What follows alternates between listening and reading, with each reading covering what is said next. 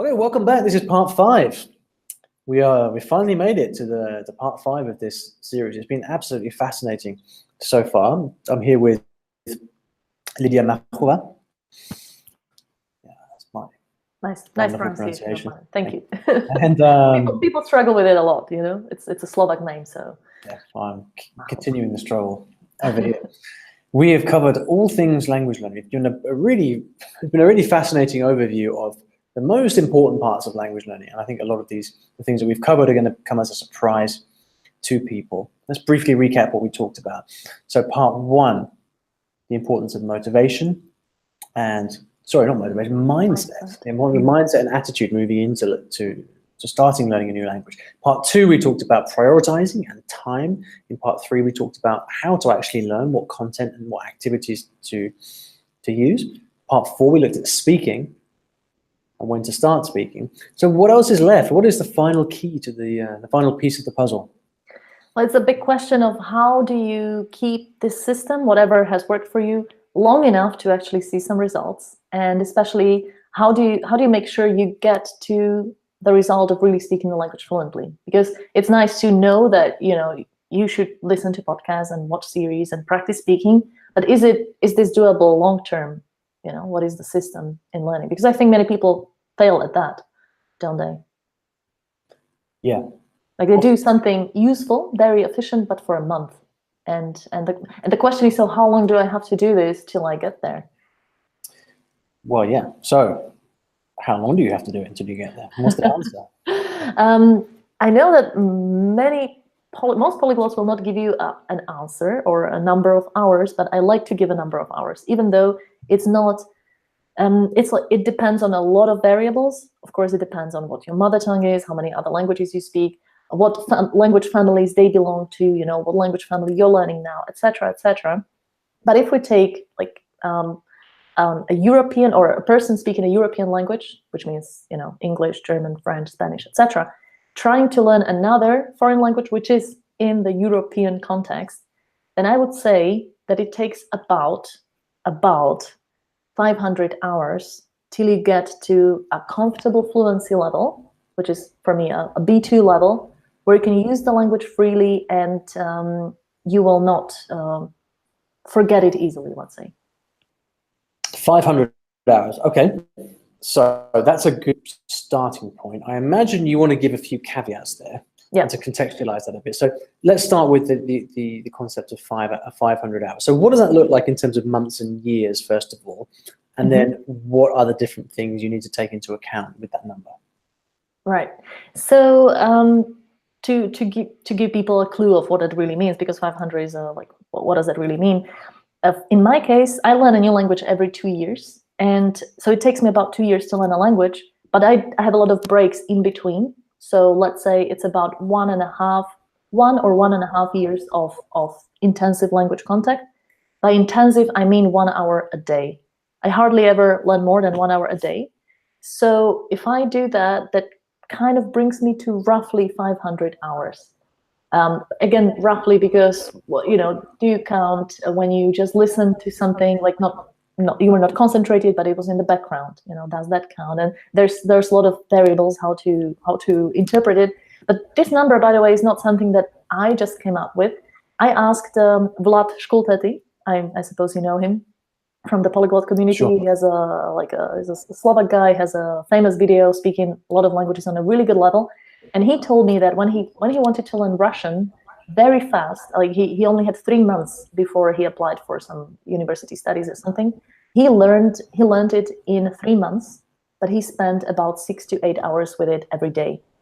So, when someone says like, can you learn a language in 2 or 3 months? Well, you can if you're ready to put so much work into it.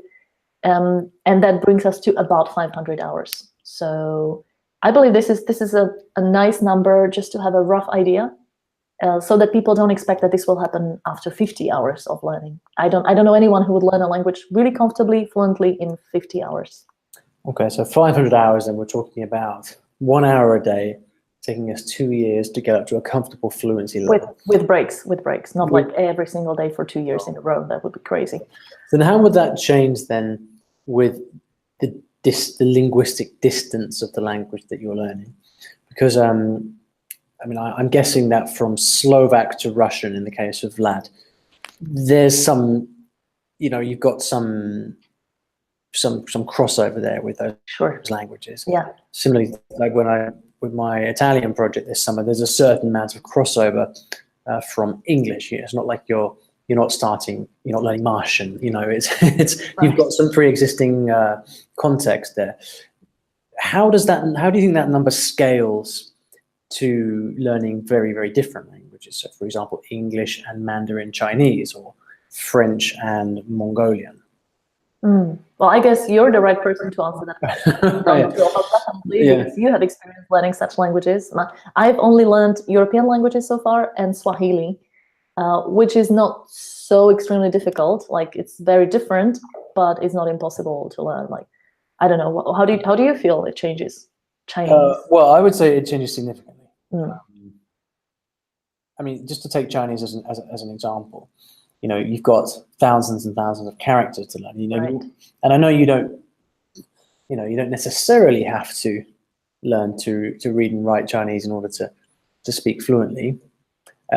But really, if you're undertaking a serious study of the language, you want to be literate in the language. You don't want to be able to not read anything. Similarly, with Japanese, you've got over 2,000 kanji to learn in Japanese. So what you're talking about just in that task of learning to read, you know, you've got between 6 months to 2 years worth of pretty serious study just to learn the writing system. Yeah. That's just for the writing system, and on top of that, you have to learn the language as well. So, I mean, I would probably double or triple that time for a language like Chinese or Japanese or Thai. That's what people tell me. Like, I've asked a lot of polyglots who have experience learning a lot of European languages and non-European, and they usually say it's maybe even 3 times as much. So if it takes you about 2 years to learn a European language, then Chinese or Arabic or something might take you 5, 6 years even. Vlad actually told me it took him 5 or 6 years to learn really good Chinese. I mean, I don't know what he means by really good, because he's like super good at Chinese. So maybe, you know, he aimed for a higher level than most people do. But yeah, it should be taken into consideration that this number that I've given is really for a European learning European languages. Yeah, and also I think because of the linguistic differences, say for example, English to Chinese, I think in order to really make headway, to make progress in a challenge like that, you've got to up the intensity as well. I mean, doing an hour a day, yeah, that's fine, but often the harder something gets, the more intensively you need to actually study it to kind of break through that barrier. I don't know if you found that in the past, but I found that sometimes, you know, with the harder something gets, you know, you've got to go through there's a pain barrier, I think, and sooner or later you've got to find a way to break through that pain barrier, and there's lots of different ways of doing that. You know, you might, but often for people, it might be a case of, you know, you learn Chinese for a couple of years, for example, and then you go for like a 3-month immersion trip or something. And it's really hard, but during that experience of, during that really hard period where you're just like surrounded by Chinese 24 hours a day, you struggle and you struggle, but then at the end you come out of the other side and you've learned tons and tons of stuff. Yeah. I love that breakthrough moment, by the way. Yeah, but anyway, we're getting sidetracked here. So I think that's really helpful to have this reference point of 500 hours. I think it's a good one. So continue. Yeah. So when people think about, so when I say 2 years, like, I really don't want people to think I learn it like nonstop. I don't make any breaks or anything. Like, just to give you an example with my Swahili, I've been learning it for 11 months now. But when I counted it, I really spent 5 months of that off, like not learning at all. Because in my case, I have like 2 months of super high motivation. I love learning, and I enjoy it every morning, and it's wonderful, and I'm systematic. And then after 2 months, I'm just tired, you know, and I start to question, why am I doing this anyway? And do I really need it? And it's a long way to go, and there's so many words I don't know, and so difficult grammar, etc. So after 2 months, my motivation usually goes down. My experience is that if I give it a month of a break and find some motivation to start again, then it's much more efficient for me than to try and force myself, because it would be too difficult. So even if I spent 5 months out of 11 not learning, I still think that this was a wonderful almost a year of learning Swahili, because I've gotten so much farther than I was at the beginning, where I didn't know anything.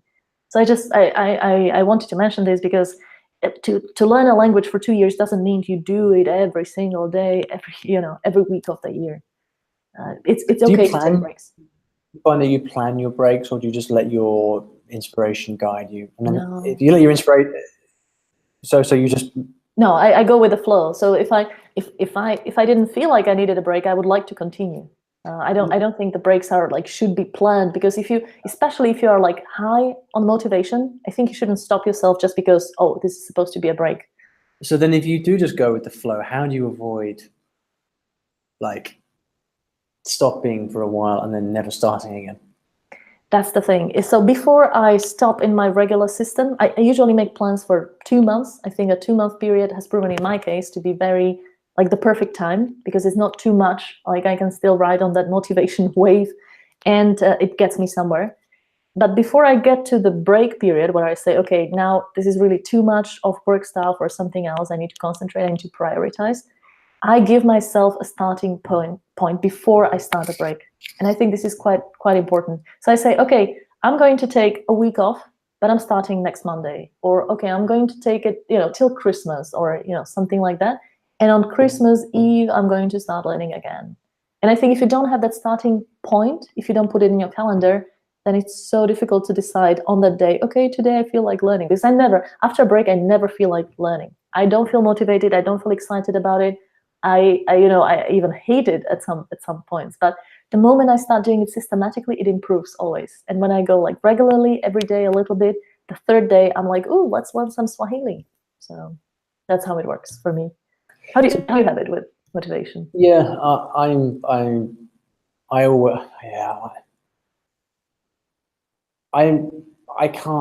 find it very difficult to influence my own motivation. I tend to see it in two ways. I tend to see like two kinds of motivation. Type number one is when you're just inspired. I know you've been to Japan and you think, oh, I want to learn Japanese. But then the second kind of motivation comes from when you're actually making progress yourself. So when you're doing the work every day and you see and you feel the progress, that motivates you to work even more. Yes. It's like people have the same experience going to the gym, for example. You kind of the more you work, the more you lose weight, the more you get in shape, and then the more you want to keep that going because you don't want to lose the progress you have. Right. So there are those times, right, where you just feel inspired and you want to start learning, but then you get motivated by the work that you do. The difficult time is when you kind of don't have either of those. You don't feel inspired, so you stop, and because you stop, your progress just feels like it's tanking. And then you sometimes feel like you need an act of God to kind of raise yourself and get back on the horse and start up again. And that can be really, really, really tricky. One of the most common questions on the podcast, actually, that people leave for me is like, how do I get back on the horse after 3 months off, 3 years off, 30 years off sometimes? How do I start up again? And I think really, you just got to force yourself to do it. Like it's like if you haven't been to the gym for a year, you just got to get your ass down there, And sometimes you just have to just give yourself a slap around the face and say like, just bloody well do it, And then that just the act of putting on your gym shoes and just getting in the gym, that small act can just be the beginning of everything else. But it can be really hard when you're in those. I think this is the hardest thing about learning a language. Yeah. I always say that I think learning a language is simple, but it's not easy. It's not easy, If it was, everybody would be doing it. Everybody would speak 10 languages, but it's not. This takes some self-discipline and motivation to do that. So, yeah. But in my case, really, what helps so much is having this plan and system. Like, I think it's scary. Did you literally plan your languages for 2 years out? Do you literally say, right, I'm starting now and I'm doing this for 2 years and then I'm going to stop? Yes. I mean, I never learn language while I'm learning the one I'm learning. So right now, I would love to learn Brazilian Portuguese. I really want to learn it for so long, but I don't, because now my focus is on Swahili. And I don't really recommend to people to learn 2 languages at the same time, because it's like building 2 houses at the same time. Like, yeah, you put the basic stone, the cornerstone, etc. On top of that, you put the walls and the roof, etc. But if you do just one here and one there, one here and one there, both the houses get built really slowly. So what I like to do is really focus my attention on one language only for 2 years, and maybe give 20% of my time for other languages, for keeping up with old languages. And then after 2 years, I get a new project. I get excited about it. I get a lot of input from various resources, and my mind is set on learning that language then. So that helps for me a lot. Have you ever started a 2-year project and then you got to the end of those 2 years and you were not where you expected to be? Yes, it happened with one language. That was the Slovak Sign Language. But that was not really a language I would learn by myself, because you can't. It's the Slovak Sign Language is impossible to learn by yourself because there's no materials. Like maybe the ASL is possible, the American one, but not the Slovak one for sure. So I had a course, I had a teacher once a week. And after 2 years, I was getting actually pretty good at it, like between B1, B2. But I didn't keep the language, I didn't keep contact with it, I lost it totally. So those 2 years were lost from the point of view of how many languages can I keep later on, but it was still super rich in the experience of learning a completely different language. So talk to me about the island and the wave metaphor. Yeah. This is something that you've mentioned that I think is really interesting. So tell me about that. I love to explain it in this way because I think it makes this whole idea very, very clear, this metaphor. So people ask me, how long do I have to learn, and like, when does it stop? I don't want to learn the language forever, with this 1 hour a day. So where is it? Where does it really break? And I love to explain it with the example of Castaway. Have you seen the movie with Tom Hanks? Oh, the guy who is left stranded on an 20 island. years ago or something. Yeah, it's an old one. It's like 2000, I think, but it's a really good one. It's like Robinson Crusoe with Tom Hanks, right? Yeah. So what he does is he's left on this island and he wants to get out of the island. So he gets a little boat. He builds it, and he tries to get away from it. But then there come the waves, and the first ones are pretty easy to handle because they're small. They're closer to the island. But then he keeps rowing, and he keeps getting to the bigger waves. And the last wave away from the island always gets him back towards the island. So he cannot get out of the island because of that last wave. And I like to think of language learning exactly in the same way. When you're starting to learn a language, you're isolated on this little island. You cannot speak to anyone else because you don't speak the language of the whole ocean around you. So what you need to do is to start rowing on your little boat and really, really just do it systematically for 2 years, let's say, until you get across that last wave, which means a fluency, comfortable fluency level, a B2 level, where you can use it really comfortably. You don't have to think about it. It doesn't cost you a lot of energy. It doesn't cost other people a lot of energy to listen to you. It's not painful for them to listen to you, right? And then when you keep it on that level, when you cross that wave and keep it on that level, you will never be dragged back towards the island. So you will never get to the 0 level again. Does that make sense? Like you basically what you need to do is make sure you don't stay in the area between the island and those in the wave area, which is what many people get stuck with on their B1 level if they just go to some language courses and they then stop rowing. They take a break, right? And their boat gets dragged towards the island. And then they start learning again a little bit, and then they get back. So if you don't really put a lot of effort into it, into a certain period of time, and get to the fluency level, you will easily lose the language completely to a 0 level. I guess we could kind of map that onto 3 commonly understood phases of language learning, right? So as a beginner, you're on the beach, maybe a bit scared to get into the water. Right. And then when you're out in the waves and you're trying to swim out, but the waves keep bringing you back in, that's what's known as the intermediate plateau. Mm-hmm. There's something that's a mountain you just can't get over. Mm-hmm.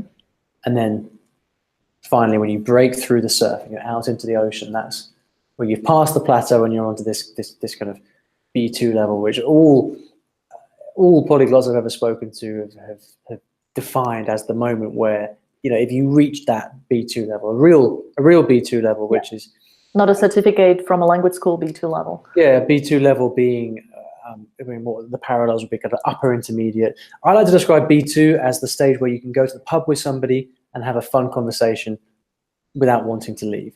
Like that's kind of B2, you know. And by the way, I like to tell people your example of using this. I always say, as Olly puts it, you know, the comfortable fluency level is, you know, being in a pub and enjoying that conversation without any awkwardness or like right. staring at each other. You know, just having a fun conversation. Once you've reached that point, yeah. So those are your metaphor is great because it's those are the three stages that people commonly report. You know, trapped in the beginner stage, trapped in the intermediate plateau, and then finally free to just go off and this also kind of explains, like, when you imagine the person who wants to start swimming and is really excited about learning a new language, right? They just jump into the water and they're excited and they splash around and it's all fun. Great fun, but then the waves come and that's like, oh, there's a lot of grammar in the language and oh my God, I don't know so many words, and this is where you're in the waves and you're a little bit lost.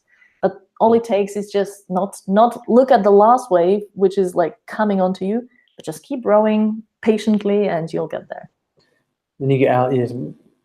Row patiently, and then you'll get there, and then you're out in the ocean, and then what happens? And then you can swim in the ocean. You know, you can see a lot of fish, and you're calm, and you will not be dragged towards the island. You can actually communicate with the whole ocean because you've learned a new language. You know, millions of people use the language. Yeah, from there you can go anywhere, right? You can paddle to anywhere. This is your connection, because if you are a survivor on an island, you're very isolated because you don't speak any other language, right? Yeah. So, well, I think we've reached the limits of this metaphor. Right. All right, so we've covered how long it takes to learn language to that mythical B2 level. We've talked about the fact that taking breaks are fine and even a healthy thing. We've talked about the importance of a plan in order to kind of give your learning a start and an end date. We've talked about learning 2 languages at once and the wisdom or otherwise of doing so. And we've talked about the island and the wave metaphor, the point at which you don't lose that language anymore. By the way, I love how you recap all of these. I think it's so useful for listeners, right? Maybe that's why you have so many fans and listeners, because it's like you process it nicely for them. They don't need to take notes or anything. You know, repeat all the important points nicely. I like that. Thank you very much. Signposting, as it's known. Tell people what you're going to tell them. Tell it to them, and then tell them what you've told them. Right. Yeah. Very good. Very useful. One of the most useful frameworks, actually, I think I've ever learned. Very helpful for doing these kind of things online as well. Yeah. Well, what can I say, Lydia? It's been a journey. Almost a swim in the ocean, right? Like a swim in the ocean. Yeah, I feel like we've left the beach. We've struggled through the shark-infested waters, and we're now out in the middle of the ocean. What's that film where the Indian kid is stuck on a boat with a tiger in the ocean? Yeah. Pi, yeah. It reminds me of that. So I don't know where that leaves us. Wait, am I the tiger or what? I don't know. I'm trying to work that out. I don't know where that leaves us metaphorically, but I guess we'll find out. Right then, where can people find out more about you? They can learn more about me at my website, which is languagementoring.com. And also we have Facebook, Language Mentoring, and now even Instagram, Language Mentoring, and of course a YouTube channel. So feel free to, subscribe to any of those if you like more tips from me, and I'll be happy to hear from you also. We'll put links to all of those things in the descriptions for each of these videos. Please, if you are watching this on YouTube, go ahead and subscribe to Lydia's channel. I will put I'll put her face up here somewhere at the end of this video. Also, please leave us a comment below. Let us know what you most enjoyed about this series, and any questions for Lydia. I'm sure she'll be happy to come in and answer them. Definitely. Come back for a part 6. Wow, it's getting seriously long. All right, Lydia, thank you so much. I really appreciate it. It's been fantastic to talk and to explore some of your ideas in more depth, and I'm sure we'll do this again sometime. Yeah, it was a pleasure. Thank you very much. I really enjoyed it. Okay, then. Until next time. Bye.